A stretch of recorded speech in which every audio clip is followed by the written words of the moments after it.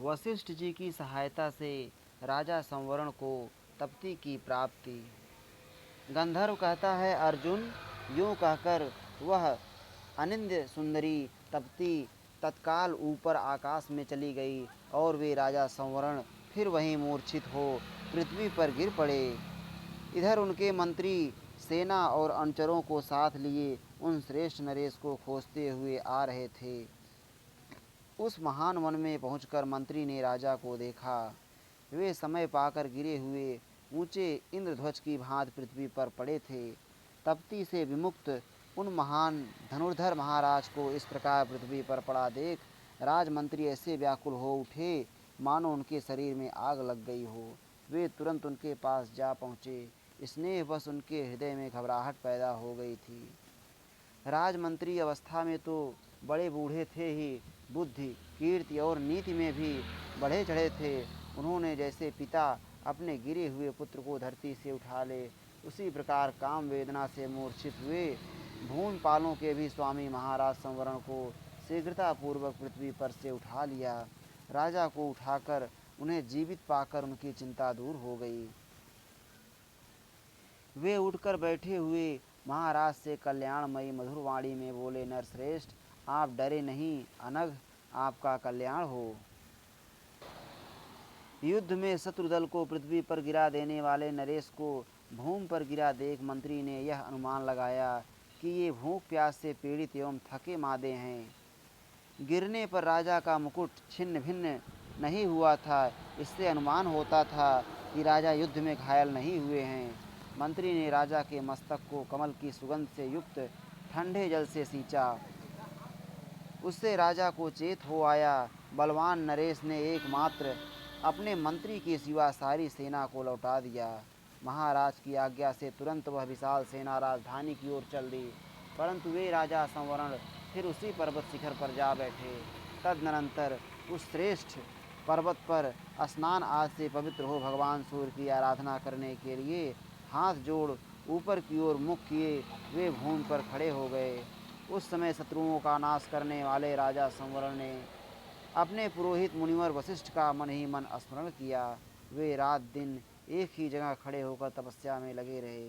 तब 12वें दिन महर्षि वशिष्ठ का वहाँ शुभागमन हुआ।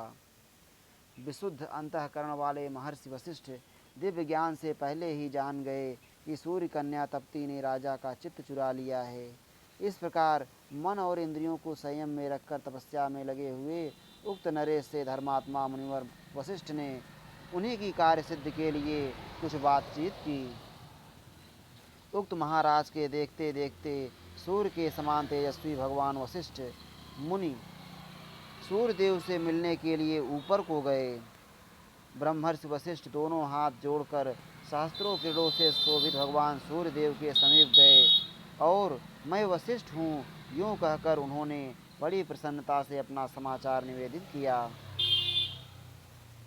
फिर वशिष्ठ जी बोले, जो अजन्मा तीनों लोकों को पवित्र करने वाले समस्त प्राणियों के अंतर्यामी किरणों के अधिपति धर्मस्वरूप सृष्टि और प्रलय के अधिष्ठान तथा परम दयालु देवताओं में सर्वश्रेष्ठ हैं, उन भगवान सूर्य को नमस्कार है। जो ज्ञानियों के अंतरात्मा जगत को प्रकाशित करने वाले संसार के हितैषी स्वयं भू तथा सहस्त्रों उद्दीप्त नेत्रों से सुशोभित हैं, उन अमित तेजस्वी सुरश्रेष्ठ भगवान सूर्य को नमस्कार है। जो जगत के एकमात्र नेत्र हैं, संसार की सृष्टि पालन और संहार के हेतु हैं, तीनों वेद जिनके स्वरूप हैं, जो त्रिगुणात्मक स्वरूप धारण करके ब्रह्मा विष्णु और शिव नाम से प्रसिद्ध हैं, उन भगवान सविता को नमस्कार है। तब महातेजस्वी भगवान सूर्य ने मुनिवर वशिष्ठ से कहा, महर्षि, तुम्हारा स्वागत है। तुम्हारी जो अभिलाषा हो उसे कहो। वक्ताओं में श्रेष्ठ महाभाग, तुम मुझसे जो कुछ चाहते हो, तुम्हारी वह अभीष्ट वस्तु कितनी भी दुर्लभ क्यों ना हो, तुम्हें अवश्य दूंगा। उत्तम व्रत का पालन करने वाले महर्षि, तुमने जो मेरा स्तवन किया है, इसके लिए मैं तुम्हें वर देने को उद्यत हूँ। कोई वर मांगो। तुम्हारे द्वारा कही हुई वह स्तुति भक्तों के लिए निरंतर जप करने योग्य है। मैं तुम्हें वर देना चाहता हूँ। उनके यूँ कहने पर महातपस्वी मुनिवर वशिष्ठ मरीचमाली भगवान भास्कर को प्रणाम करके इस प्रकार बोले। वशिष्ठ जी ने कहा, विभावसो, यह जो आपकी तप्ती नाम की पुत्री एवं सावित्री की छोटी बहन है, उसे मैं आपसे राजा संवरण के लिए मांगता हूँ। उस राजा की कीर्ति बहुत दूर तक फैली हुई है। वे धर्म और अर्थ के ज्ञाता तथा उदार उदार बुद्धि वाले हैं। अतः आकाशचारी सूर्यदेव महाराज संवरण आपकी पुत्री के लिए सुयोग्य पति होंगे। वशिष्ठ जी के यूँ कहने पर अपनी कन्या देने का निश्चय करके भगवान सूर्य ने ब्रह्मर्षि का अभिनंदन किया और इस प्रकार कहा, मुने, संवरण संवरण राजाओं में श्रेष्ठ हैं, आप महर्षियों में उत्तम हैं और तप्ती युवतियों में सर्वश्रेष्ठ है। अतः उसके दान से श्रेष्ठ और क्या हो सकता है। तदनंतर साक्षात भगवान सूर्य ने अनिंद सुंदरी तप्ती को राजा संवरण की पत्नी होने के लिए महात्मा वशिष्ठ को अर्पित कर दिया।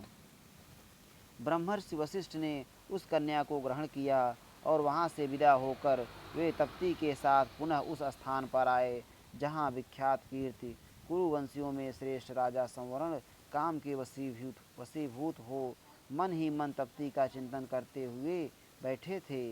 मनोहर मुस्कान वाली देव कन्या तप्ती को वशिष्ठ जी के साथ आती देख राजा संवरण अत्यंत हर्षोल्लास से युक्त हो अधिक शोभा पाने लगे।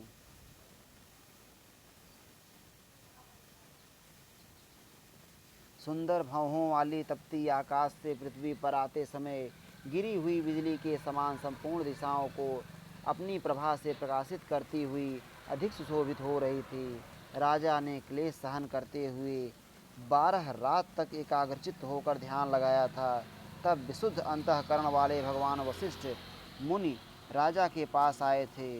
सबके अधीश्वर वरदायक देव शिरोमणि भगवान सूर्य को तपस्या द्वारा प्रसन्न करके महाराज संवरण ने वशिष्ठ जी के ही तेज से तप्ती को पत्नी रूप में प्राप्त किया। तदनंतर उन नरश्रेष्ठ ने देवताओं और गंधर्वों से सेवित उस उत्तम पर्वत पर विधि पूर्वक तप्ती का पाणी ग्रहण किया। उसके बाद वशिष्ठ जी की आज्ञा लेकर राजर्षि संवरण ने उसी पर्वत पर अपनी पत्नी के साथ विहार करने की इच्छा की। उन दिनों भूपाल ने नगर, राष्ट्र, वन तथा उपवनों की देखभाल एवं रक्षा के लिए मंत्री को ही आदेश देकर विदा किया। वशिष्ठ जी भी राजा से विदा ले अपने स्थान को चले गए। तदनंतर राजा संवरण उस पर्वत पर देवता की भांति विहार करने लगे। वे उसी पर्वत के वनों और काननों में अपनी पत्नी के साथ उसी प्रकार 12 वर्षों तक रमण करते रहे। अर्जुन, उन दिनों महाराज संवरण के राज्य और नगर में इंद्र ने 12 वर्षों तक वर्षा नहीं की। शत्रुसूदन, उस अनावृष्टि के समय प्रायः अस्थावर एवं जंगम सभी प्रकार की प्रजा का क्षय होने लगा। ऐसे भयंकर समय में पृथ्वी पर ओस की एक बूंद तक ना गिरी। परिणाम यह हुआ कि खेती उगती ही नहीं थी। तब सभी लोगों का चित्त व्याकुल हो उठा। मनुष्य भूख के भय से पीड़ित हो घरों को छोड़कर दिशा विदिशाओं में मारे मारे फिरने लगे। फिर तो उस नगर और राष्ट्र के लोग क्षुधा से पीड़ित हो सनातन मर्यादा को छोड़कर स्त्री, पुत्र एवं परिवार आदि का त्याग करके परस्पर एक दूसरे को मारने और लूटने घसोटने लगे। राजा का नगर ऐसे लोगों से भर गया जो भूख से आतुर हो उपवास करते करते मुर्दों के समान हो रहे थे। उन नर कंकालों से परिपूर्ण वह नगर प्रेतों से घिरे हुए यमराज के निवास स्थान सा जान पड़ता था। प्रजा की ऐसी दुर्वस्था देख धर्मात्मा मुनिश्रेष्ठ भगवान वशिष्ठ ने ही अपने तपोबल से उस राज्य में वर्षा की। साथ ही वे नृपश्रेष्ठ संवरण को, जो बहुत वर्षों से प्रवासी हो रहे थे, तप्ती के साथ नगर में ले आए। उनके आने पर दैत्यहंता देवराज इंद्र वहाँ पूर्ववत वर्षा करने लगे। उन श्रेष्ठ राजा के नगर में प्रवेश करने पर भगवान इंद्र ने वहाँ अन्न का उत्पादन बढ़ाने के लिए पुनः अच्छी वर्षा की। तब से शुद्ध अंतःकरण वाले नृपश्रेष्ठ संवरण के द्वारा पालित सब लोग प्रसन्न रहने लगे। उस राज्य और नगर में बड़ा आनंद छा गया। तदनंतर तप्ती के सहित महाराज संवरण ने शची के साथ इंद्र के समान शोभित होते हुए 12 वर्षों तक यज्ञ किया। गंधर्व कहता है, कुंती नंदन, इस प्रकार भगवान सूर्य की पुत्री महाभागा तप्ती आगे पूर्व पुरुष संवरण की पत्नी हुई थी, जिससे मैंने आपको तपती नंदन माना है। तपस्वी जनों में श्रेष्ठ अर्जुन, महाराज संवरण ने तप्ती के गर्भ से कुरु को उत्पन्न किया था, अतः उसी वंश में जन्म लेने के कारण आप लोग तापत्य हुए हैं। भरत श्रेष्ठ, उन्हीं कुरु से उत्पन्न होने के कारण आप सब लोग कौरव तथा कुरुवंशी कहलाते हैं। इसी प्रकार पुरु से उत्पन्न होने के कारण पौरव, अजमीढ़ कुल में जन्म लेने से आजमीढ़ तथा भरत कुल में उत्पन्न होने से भारत कहलाते हैं। इस प्रकार आप लोगों की वंश जननी तप्ती का सारा पुरातन वृत्तांत मैंने बता दिया। अब आप लोग पुरोहित को आगे रखकर इस पृथ्वी का पालन एवं उपभोग करें।